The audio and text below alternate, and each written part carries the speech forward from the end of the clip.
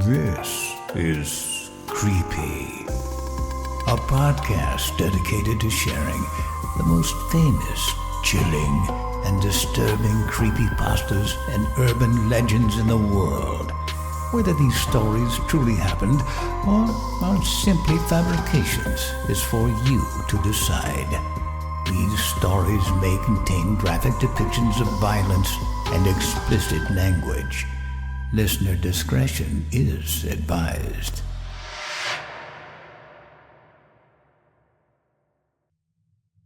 Creepy presents.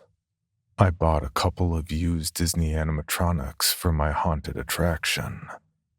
Written by Kyle Harrison. When I first spotted the listing on Facebook Marketplace, I was sure that it was a scam. 2 used animatronics, dismantled, bundled together, for sale, discounted, the header read. They were a new seller with what looked like a fake account that had been quickly set up. It was actually the picture that tipped me off that they were from Disney attractions. One appeared to be an angled shot of a robot pirate from the Caribbean ride, and the other was what looked like an older model from one of the presidents from their infamous Liberty Square attraction. I told myself it was too good to be true, but went ahead and shot the seller a message anyway to let him know I was interested in buying. Their reply came quickly. Hello. Thank you for the interest. These items will be auctioned next Monday at the storage unit. Please submit info for your spot at the event. John. That immediately made me reconsider. I didn't really have the time to waste wandering all the way downtown for a chance at purchasing these things, and I knew that an auction like this could probably take hours, not to mention shipping, handling, and all the other hidden fees that could easily attach. I put in my information, but I wasn't expecting much more to come of it. I was just about to close my laptop and consider the whole thing a lost cause when the seller DM'd me again.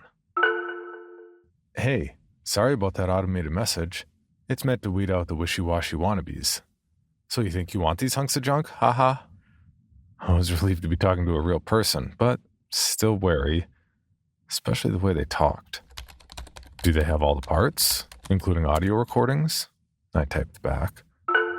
Yep, everything is all here. Just nobody really interested in them. Truth be told, they were going to the auction, but I figured it would be easier to sell them outright to avoid the hassle of having to haul them back here if they don't. Made sense. I was sure the things probably weighed about 100 pounds each, probably a little more. Since they weren't put together, that just meant extra trips. The auction's Friday. Could I come look at them tomorrow and decide? I asked. That would be perfect. John gave me a few more details, like how to find the storage unit, the passcode to get in, and recommended I bring a small van to haul them in.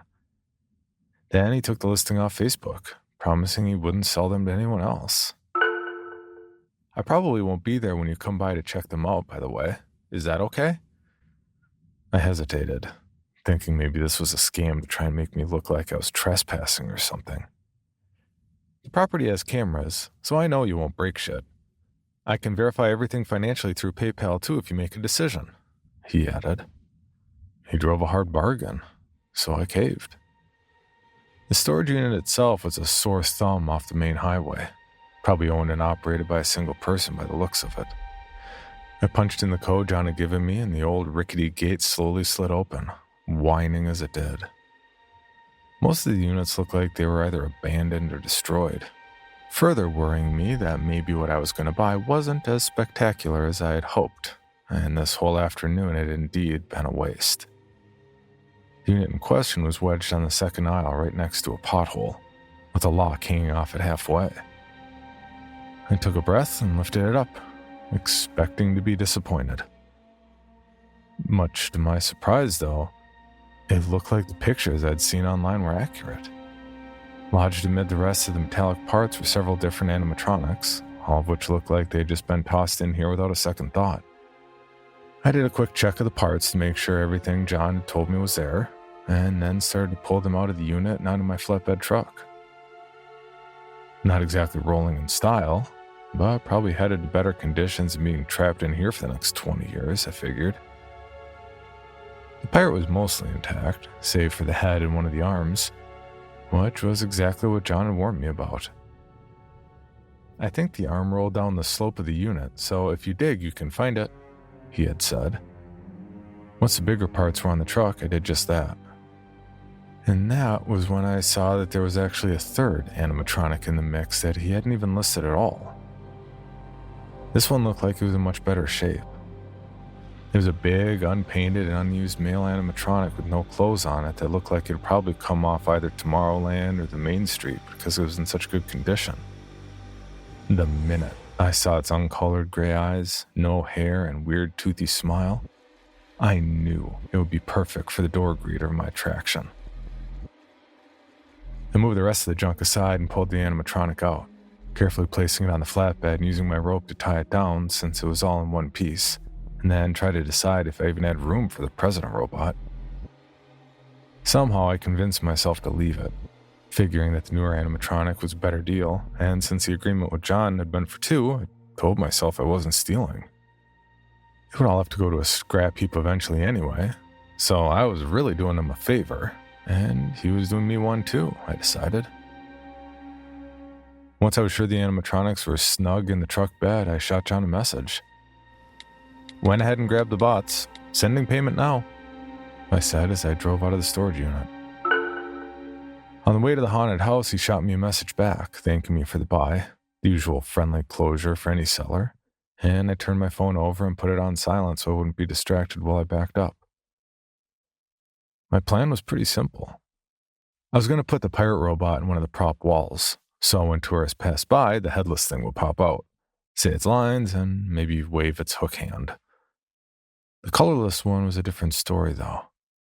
It looked so creepy and so lifelike. I knew it had to be near the front door. Maybe I could get it a wig and paint its eyes blue, tell folks it was my evil twin, I thought to myself as I put the truck in park and began to haul them inside. I laid the pirate parts out on my kitchen table and immediately spotted the audio box, deciding to tinker with it first after I set up the naked bot in the corner. I took a good look at the machine, impressed with how well it was made, and noticed a few switches on the back which I guessed were the motion controls. I switched them all on and off a few times to see if any of them worked, but no dice. Thing didn't even make a whisper. Then I sat down and started to work with the wires. Then my phone buzzed. It was John. "Hey, did you just decide to get the pirate bot? You didn't need to pay me for both if you were only getting one."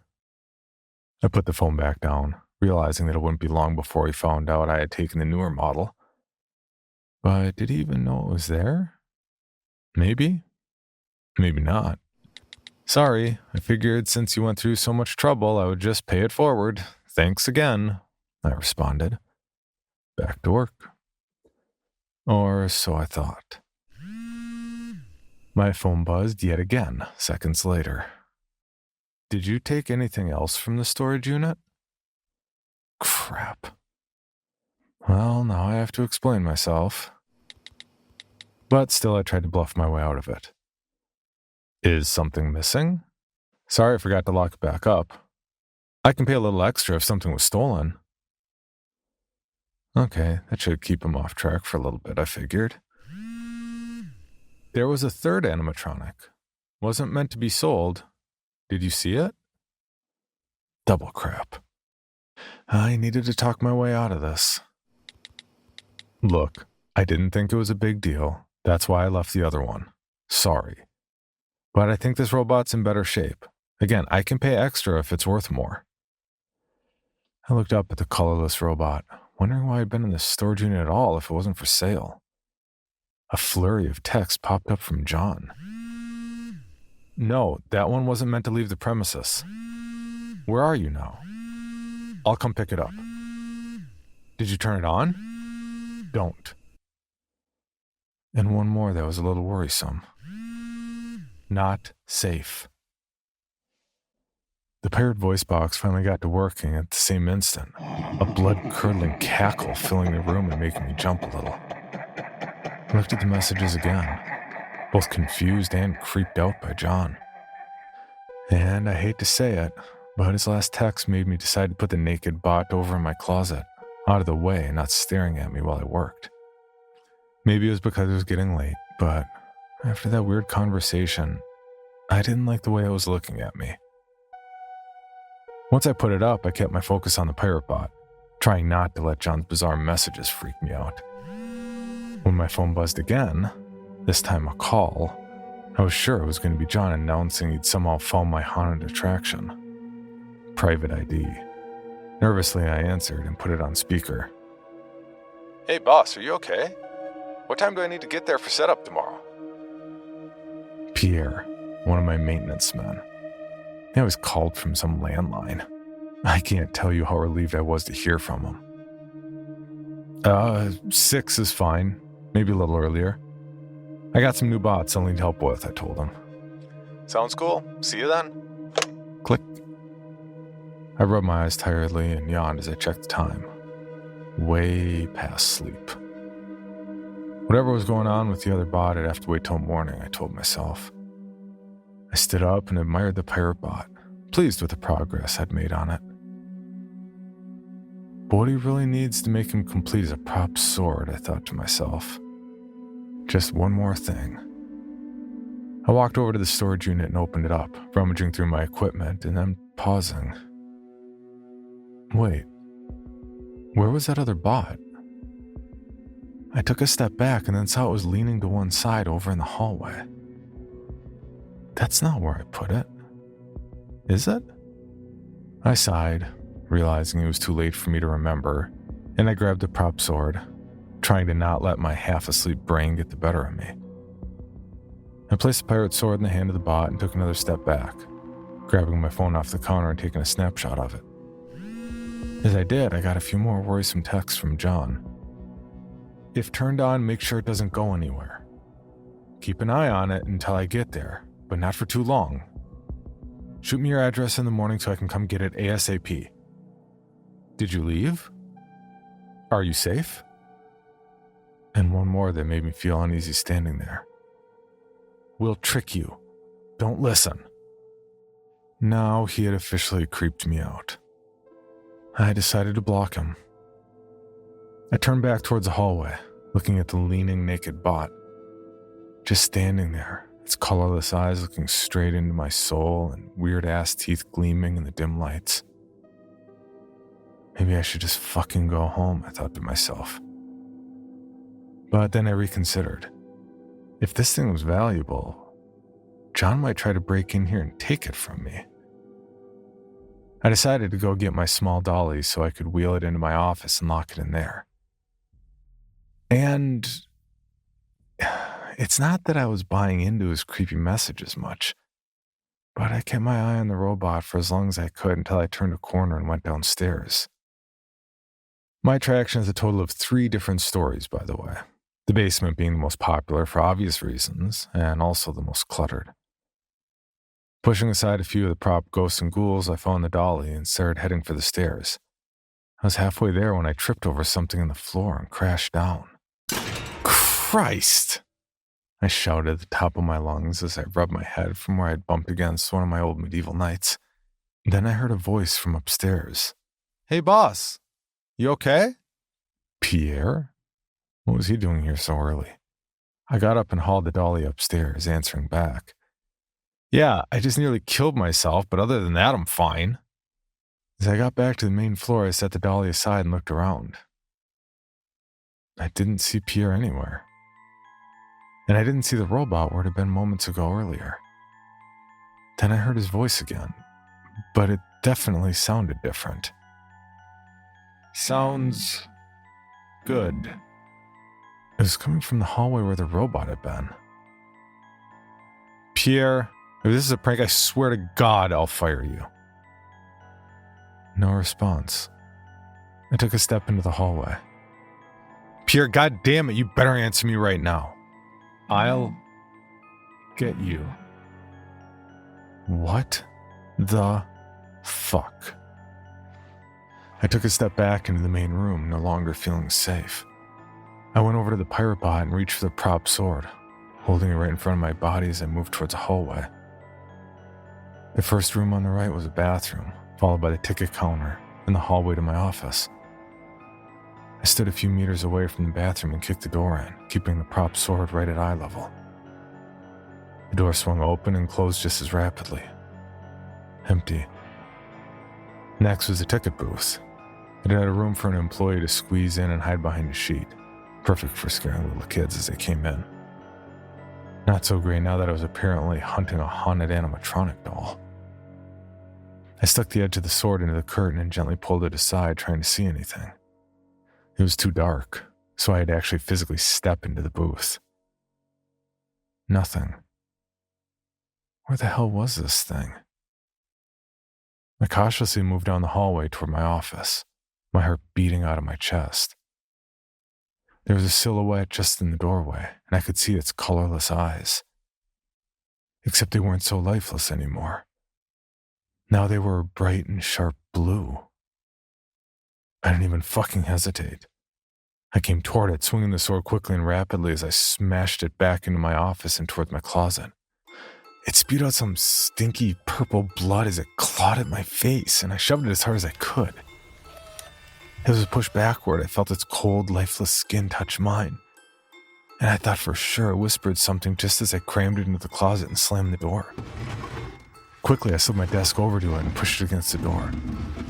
I stood back, taking a breath and trying to figure out if I had just gone crazy and attacked a lifeless doll or something entirely else had happened. Then on the other side, I heard scratching.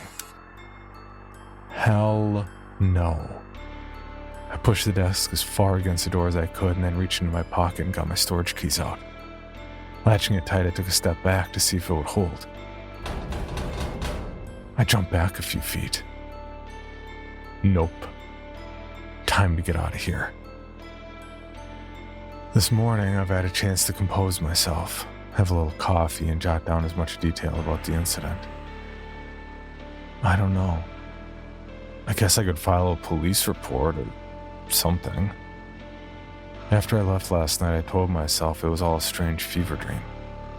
Walking into the haunt, I heard the soft sound of footsteps and stood still. Pierre? That you? I shouted out. He popped his head around the corner and waved. Hey, boss. You okay? My entire body relaxed and I walked down the hallway. Better now that I've seen you, I said. I whipped out my phone and decided to unblock John, and Pierre swept up. You need to come pick this thing up, I messaged as I opened my office door. On the floor, I saw bits of the strange blood the thing had spewed out on me scattered across the closet. The closet that was now open. Shit, it got out, I thought. Pierre, did you go in there? I asked, cautiously stepping towards it. Oh, I forgot to tell you. Some guy showed up and said he was going to take care of whatever was in there. He shouted from the other hall as I crept the door open. I saw what little was left of the bot, mangled and destroyed. Oh, hell no. That's not good enough, I said and decided to call John. It rang a few times as I paced the room. I've been trying to contact you, he said. Say me the speech and just come get the rest of your shit, I snapped. I will as soon as you give me your address, John shot back. I clenched the phone hard and froze in place. What? I thought you came by this morning. My eyes darted down the hallway. I didn't see Pierre anywhere. I heard John take a breath. Give me your address. Now. Then I heard a voice from behind me. Hey, boss. You okay?